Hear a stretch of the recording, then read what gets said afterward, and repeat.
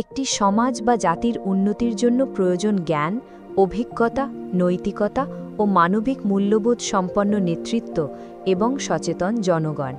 কিন্তু যদি কোনো ব্যক্তি নিজে অজ্ঞ, অনভিজ্ঞ হয় এবং শুধু ধর্ম, ক্ষমতা বা কোনো বিশেষ মতবাদকে অন্ধভাবে অনুসরণ করে, তাহলে সে নিজের বা সমাজের বৃহত্তর কল্যাণের চেয়ে নিজের স্বার্থকে প্রাধান্য দেয়।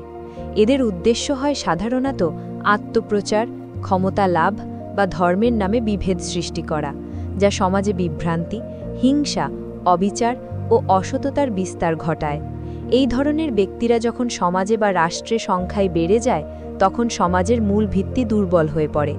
জ্ঞানী, নীতিবান ও দূরদর্শী মানুষের বদলে অযোগ্য, স্বার্থপর ও একমুখী চিন্তাধারার মানুষ নেতৃত্বে আসে। এতে করে দেশ জুড়ে গড়ে ওঠে বিশৃঙ্খলা, অবিচার, দুর্নীতি ও দমননীতি। দেশের স্থায়ী উন্নয়ন থেমে যায়, মানুষ হারায় আস্থা এবং সেই রাষ্ট্র ধীরে ধীরে এক অস্থায়ী, অনিশ্চিত ভবিষ্যতের দিকে এগিয়ে যায়। একটি দেশের ভবিষ্যৎ নির্ভর করে তার মানুষের জ্ঞান, মানবিকতা ও ন্যায়ের প্রতি দায়বদ্ধতার উপর। অজ্ঞতা, অন্ধ অনুগত্য ও স্বার্থপরতা একটি জাতিকে ধ্বংসের দিকে নিয়ে যেতে পারে।